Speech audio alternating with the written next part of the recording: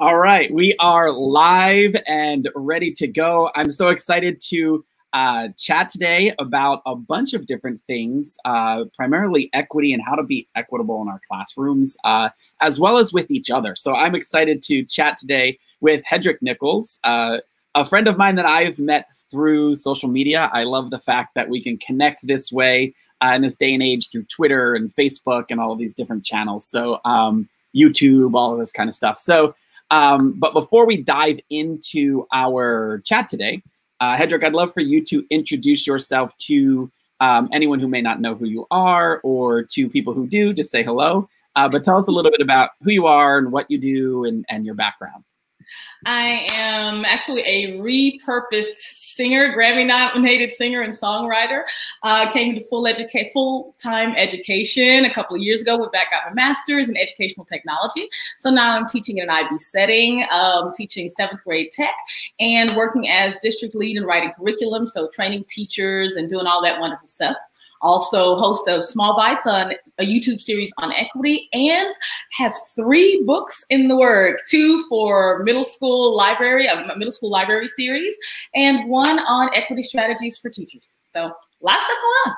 That is pretty cool. And I didn't know about the singing career. So I think that is, that's a pretty cool little tidbit that I just learned from you right now. So I think that's pretty cool. Yeah, it's kind of fun. Yeah, I love to know the backgrounds of like where everyone came from and stuff. So that's pretty cool. So yeah, I'm excited today to kind of chat a little bit. I know that there have been so many questions on, especially now in our current situation, about how we can make our classrooms equitable and how we can essentially move forward in this time with one another, right? So I thought a cool thing to do would be to start our conversation today maybe chatting a little bit about that, the relationship piece we have with each other as educators, right? How can we be equitable towards one another? Because without that, it's kind of difficult to do that in our classrooms, right? So I'd love for you to just touch on that, maybe give us a little bit of insight on how we can get that conversation started, because obviously the conversation on equity is not something that can be done in 30 minutes, right? But how do we get that? How do we get that started with one another? You know, I think we already have started, and I think that is the thing that bothers me the most. You know, when we're all home, a lot of us are just kind of still hanging out at home. We spend a lot of time on social media. I got a TikTok habit, and some of the things that I see are just venomous. And, you know, I'm seeing these things. These are parents, these are teachers, these are people in our community, these are neighbors and friends. And when I see those things, I think, okay, we're all talking as teachers, as educators, we're talking about SEL, socio-emotional learning. That's so important.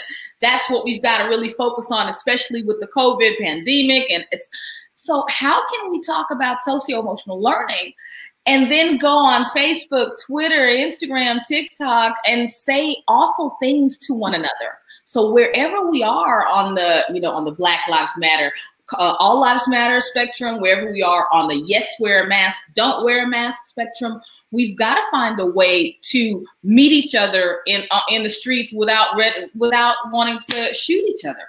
I mean, it's gotten so venomous that that's actually happening, and that's, you know, we can't have that in our classrooms. That is the worst thing for teaching and learning.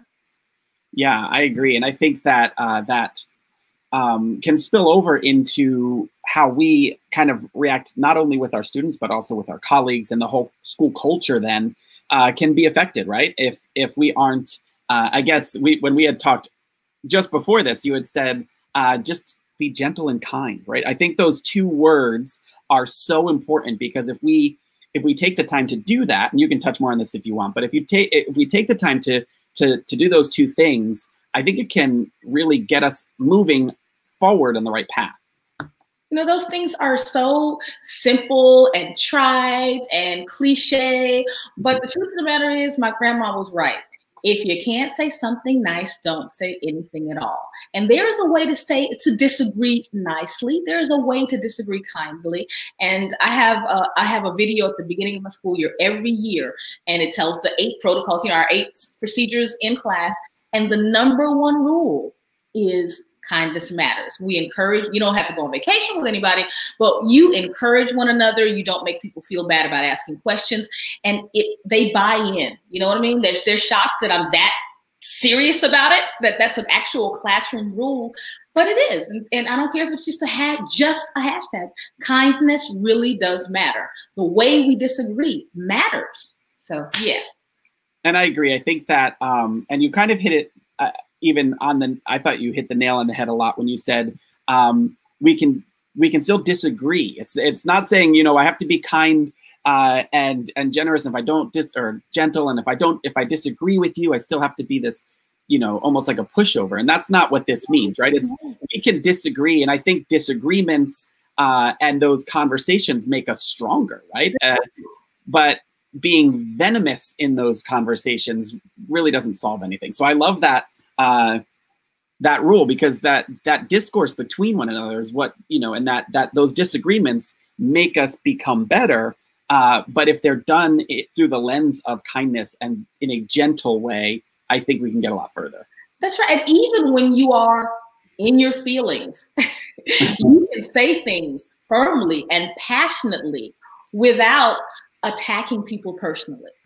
And that's the thing, you know, if you are bringing facts, but I read this and this is, you know, a scientist said this, or my opinion is this, and the way I was brought up is this, you can be firm, you know. You have to walk around talking like that. Yeah. Be firm and still be kind. And I love it, right? I think, and this is interesting. I know you can't see his name, but this is Dr. Matthew Joseph, who was in with us just the other day. And he said he's a better educator for collaborating with you, as well as seeing your work with MASCD. And I think a lot of people would agree with that statement. I just wanted to kind of pull that up as he said it. And I think one reason why is because of the fact that you do view things through that gentle and kind lens. And I think moving from that, then let's say that as educators, we can carry those conversations on and have the discourse that we need through that lens.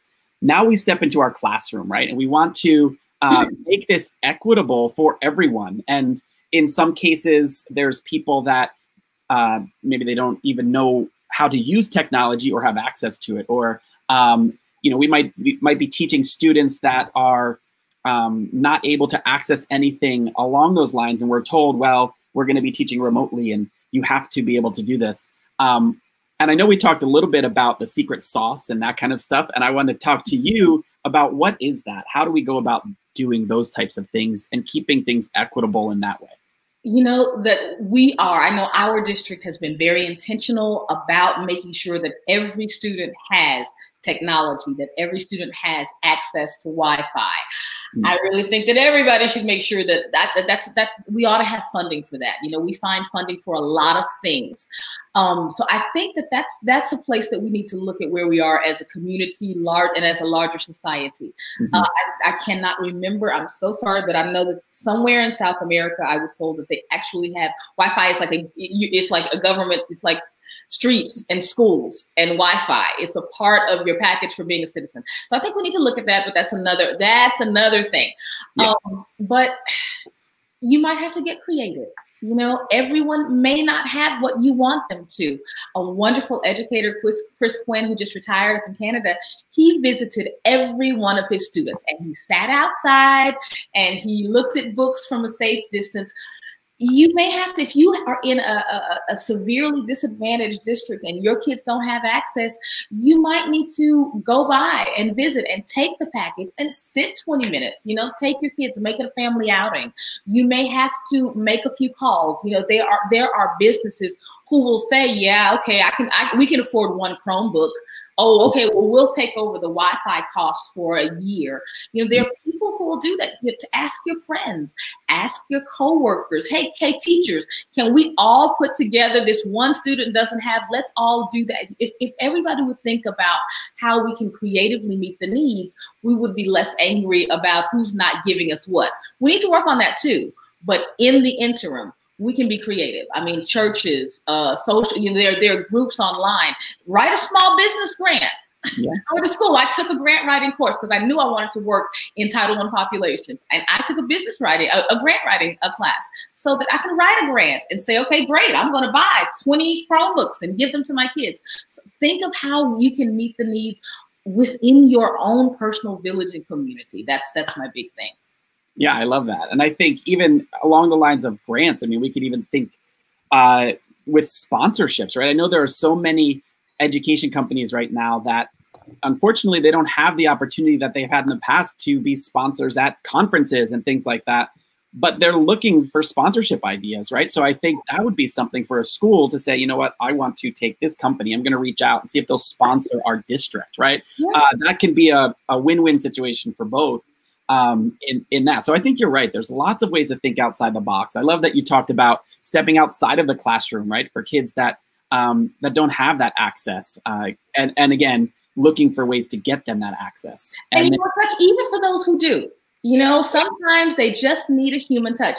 And that's that secret sauce thing.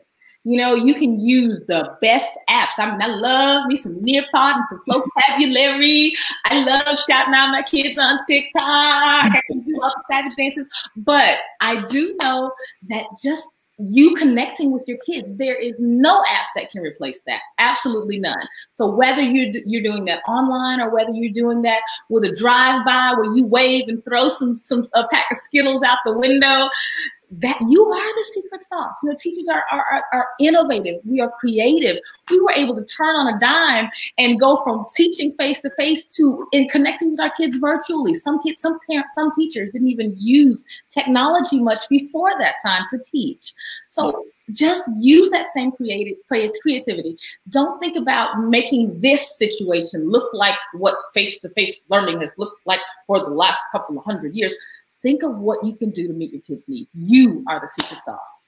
And I love that because, and I think sometimes even, you know, as a teacher, I know that I may be somebody, and personally, I'm very comfortable with technology, right? So I'm very comfortable with tools. I'm very comfortable with teaching, using different tools, things like that. But I also teach with colleagues that are not comfortable with that, and sometimes are made to feel that if they don't use these tools, then they are somewhat not as effective, right? And I think that if we can continually spread that message, whether it's through the admin or through one another when we have our meetings, to let them know that, listen, the secret sauce is not the tool, the secret sauce is you. So I really like how you said that because in all honesty, I think that as teachers, we all use tools differently, whether we use the tech as a tool or we use something else as a tool.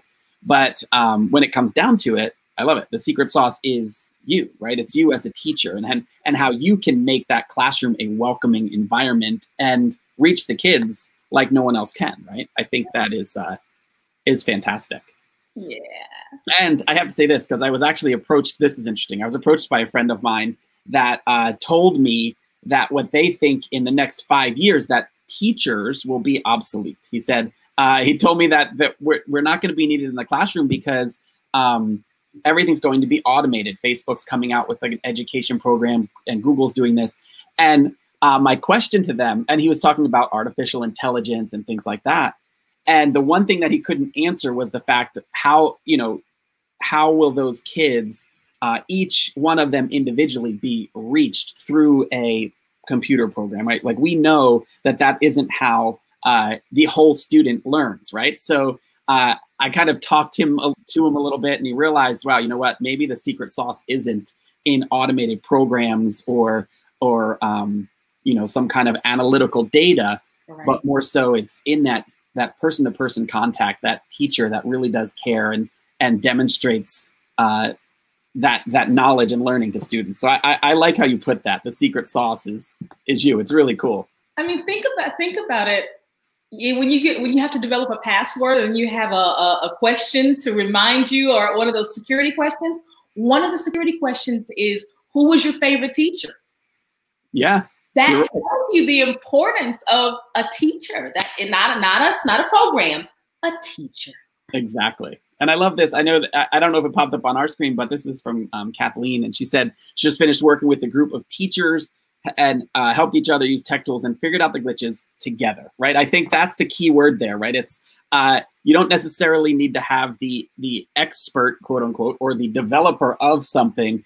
I think that teachers are definitely smart enough to figure things out together. You just take the time, and when we're in something together, we don't feel as if we're failing. We feel more so that if we make a mistake, we're in it together to succeed by each other's side. So I like that, because I think that brings a bit into that equity piece as well, making it equitable for teachers, maybe teachers that are on a different level, but when we bring it together, things can change. Exactly. In fact, that's actually why I went back and got my master's in ed tech. I don't know if you can see the gray, but I am not a digital native. And, Gen Xer all the way. And so I didn't grow up. I was a senior in high school and a journalism student when we got computers that we could actually use in a classroom. I learned to type on a typewriter. Yeah. So I know what it's like to go, what, huh? What? And so when people hear me talk about technology, they feel a little more empowered because they understand. I know the struggle, I understand the struggle. And if younger teachers, please don't make us feel bad. My son's favorite phrase is, old people in technology. So younger teachers, embrace us. Help your teachers who are struggling without making them feel less than. Yeah, I think that's so important. And like you had said, it's kind of, it almost bridges a gap, right? When we're able to do those types of things. And I remember, to be honest with you, I remember typewriting class in school, and it was, typing, and I had to get those little strips if I messed up, and it was, white strips. Oh my God. Yeah. They were the worst. And I totally agree with you. And like people are saying in the comments, it's like, networking with our PLN. We now have ways to do that on Twitter and Facebook and all of these things where we can connect with people like nothing before. You know what I mean? I think it's pretty cool. And this is Keisha saying that you are drunk. Who is that? That's funny. That's Keisha. Yeah, I think that's a funny comment. And it's great though. It's true. And speaking of dropping big things here, I am going to ask you about a topic that I think is a little bit interesting. And it's one that I have found in my personal discussions with people that people get confused about, or they're told misinformation, right? One thing that kind of drives me crazy a little bit, especially after talking to people like you and Basil Marin, I've talked to him a bunch about this stuff, and some other people, just about what does it mean to have an equitable classroom. Now it kind of drives me crazy because I'm told often that, or it's used in the same sentence, equity and inclusion, the same thing. I'd love for you to just talk on that a little bit, because I know that we had chatted about equity versus inclusion. Are they the same thing? Are they not the same thing? And how would you address that to someone that kind of says, yeah, we're equitable because we include everything? Like, how do you kind of tackle that? Think of your classroom. When you see your kids, they are all included in your lessons. Some of them do well, exceed, and you can extend their learning. Some of them are struggling so much that you have to take them to tutoring. Think of your students. Think of them socially. There's a group that hangs out and they always get together and they want to do group work together. And there's always a couple of kids. There are always a couple of kids who may not be chosen. Think of a sports team. There's always the person who is last to be chosen. They're chosen, they're included, but are we making allowances for their diverse strengths and weaknesses, their diverse personalities, their diverse desires? And that's what the difference is between diversity and inclusion. I'm going to take a screenshot of that because that looks good. I would like to admonish everybody to say, just because people are there, just because people are at the table, that doesn't mean they've been given a plate of food. And that's the big difference. People all need to be able to have a plate of food. They need to have the same plate of food. They need to not be given just beans when everyone else is given steak and salad and beans.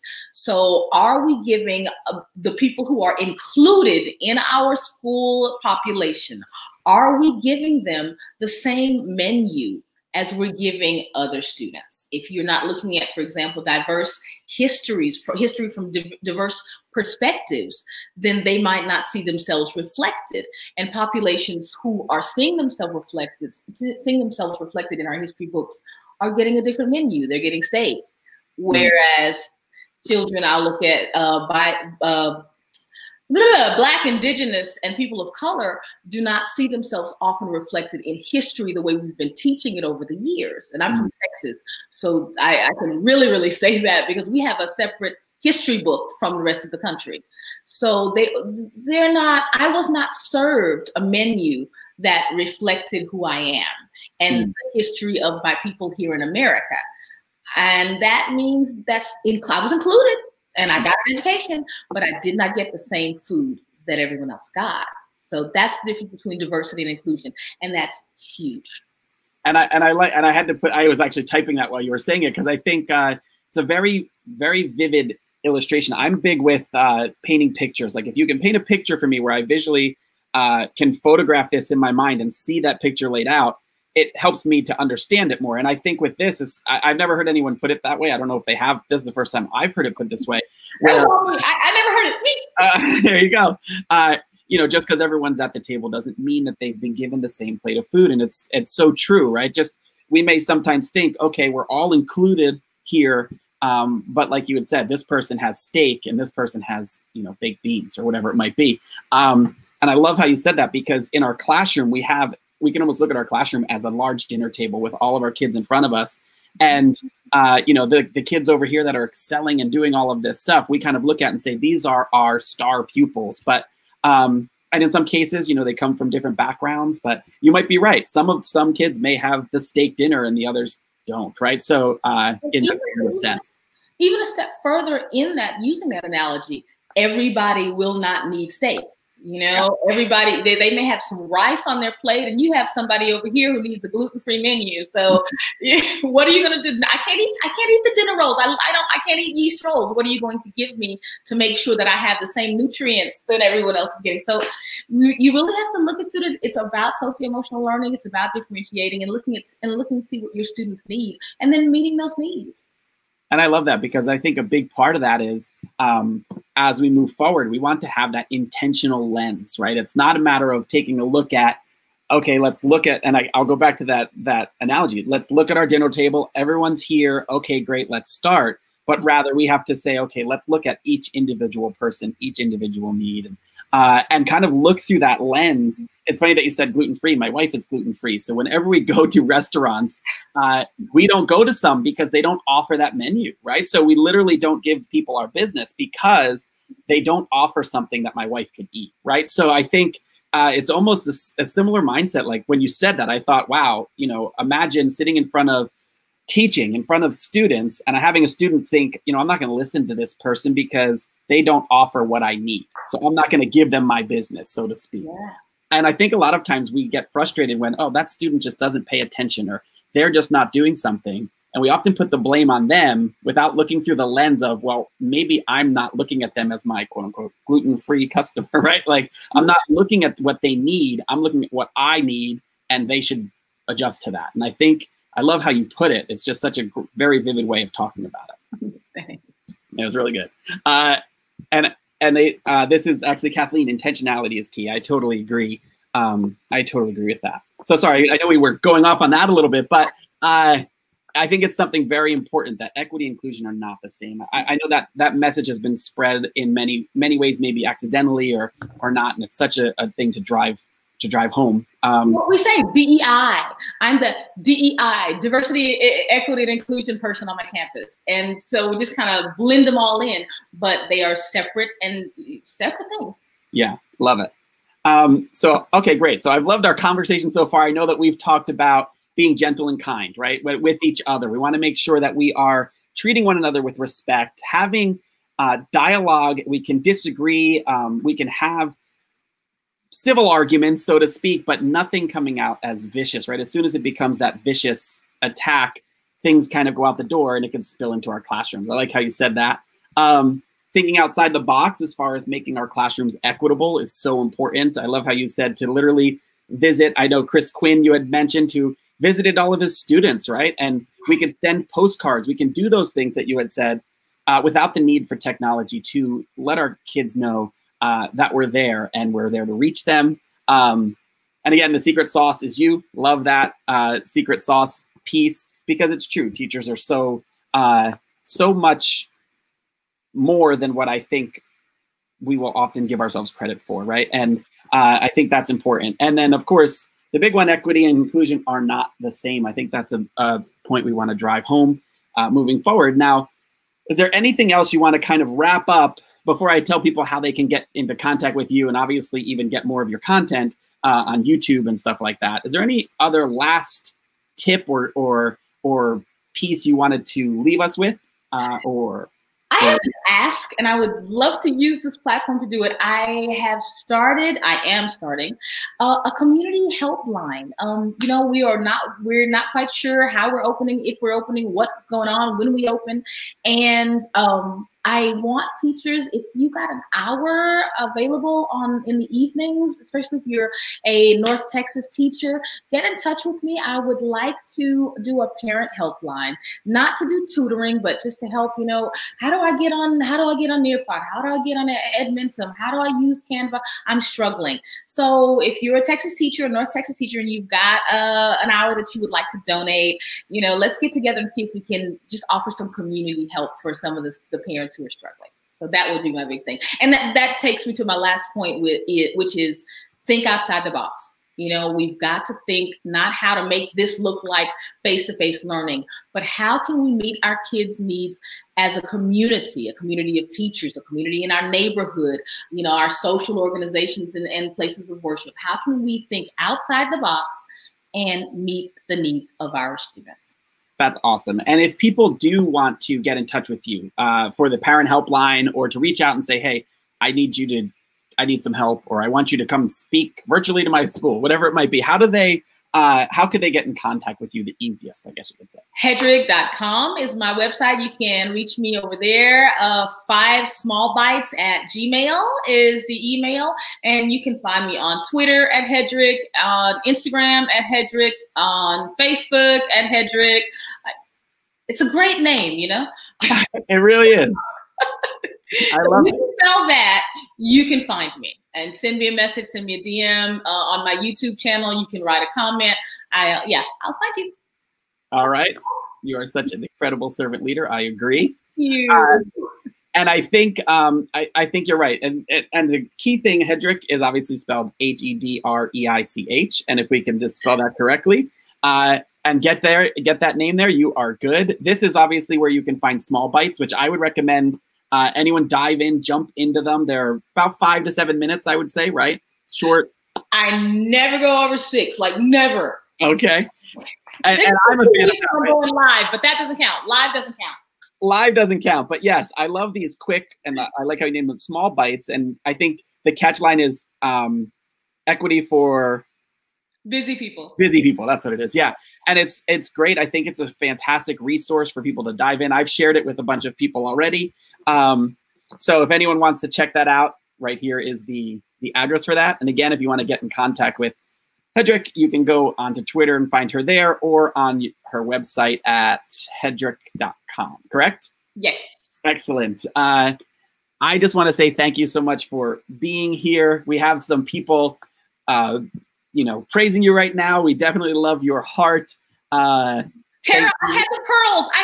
They were just too much with the sparkles. And thank you, Becky, for being here. And we have some fans of Small Bites already, so this is really cool. So thank you. I just again want to say thank you so much for being here. We'll chat soon. I know that you are presenting on the Teacher Success Summit in October, so that is a session that everyone needs to check out when that comes out. But yeah, I just want to say thanks for being here, and we'll talk soon. Right. Thank you so much, Chuck. I appreciate it. Love working with you. Love the work you're doing. And yes, we will talk soon. All right.